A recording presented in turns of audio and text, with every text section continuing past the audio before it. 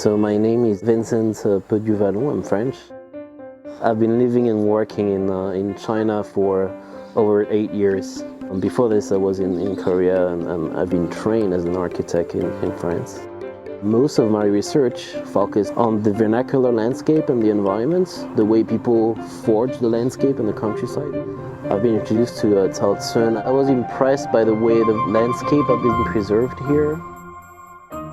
This culture, I think we're losing this. So it's not only about objects. I think heritage is intangible by itself. So as much as we can understand these ideas, then we're able to do high quality preservation and make it meaningful for the new generation as well.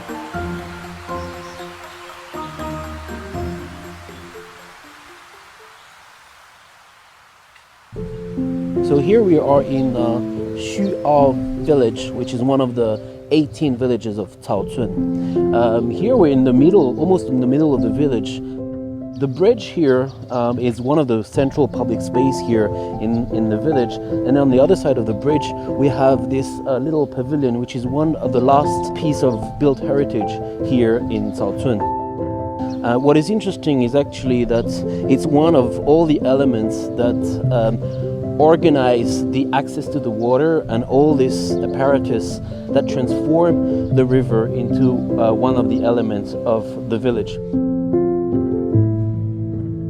And the Wenzhou Pavilion, of course, it's a place that provides shelter for people, and it's still in use, as we can see, by the elderly people who still live in the village.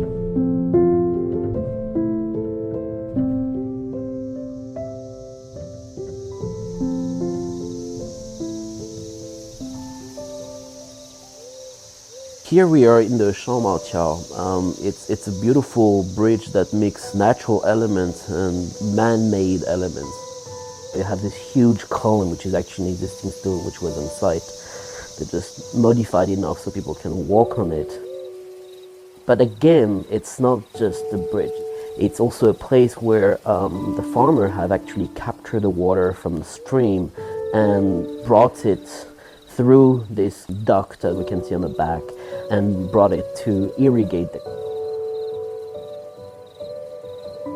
Here we're in an old house, probably a wealthy house according to the architecture of the gate, which is highly decorated, where you have this kind of straight relation to landscape. I mean, you're facing the valley, it's very beautiful. And I think this is the most precious thing that needs to be saved is of course the landscape itself, but also how we perceive the landscape. It's here how you're not in the valley, but you're in the side of the valley. This is all this kind of thing that I think it makes the richness of the whole culture here and how you relate to landscape.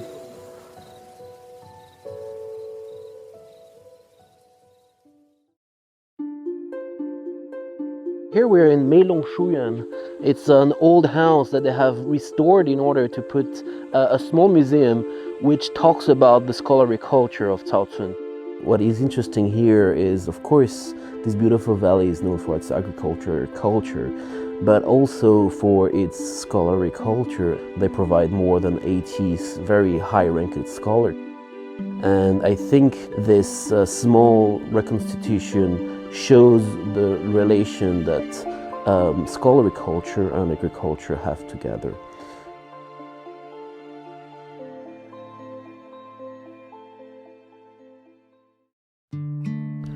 The first time I came here, we went through this road and I observed this beautiful very wide bridge that gives a scale to this valley.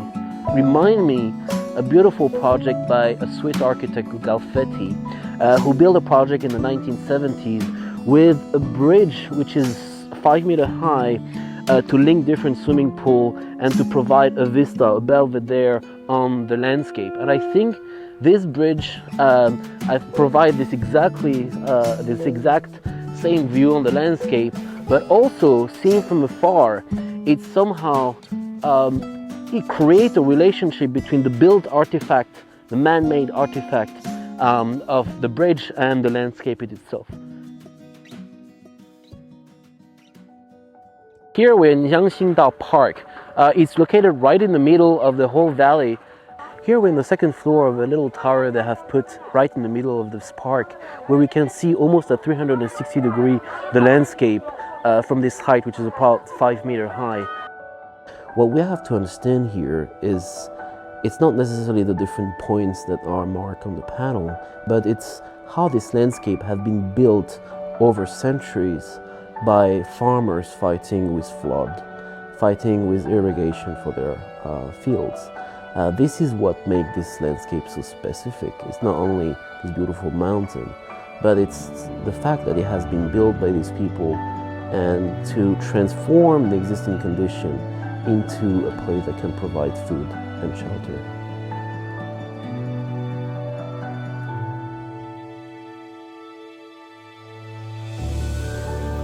I think the example of Caochun is a success, and I hope that other places in China will follow the same example of not only preserving some buildings, but preserving this landscape culture that is so specific to China. I hope I will discover more of these places later, and I'm always very happy to discover new landscape and new village in China.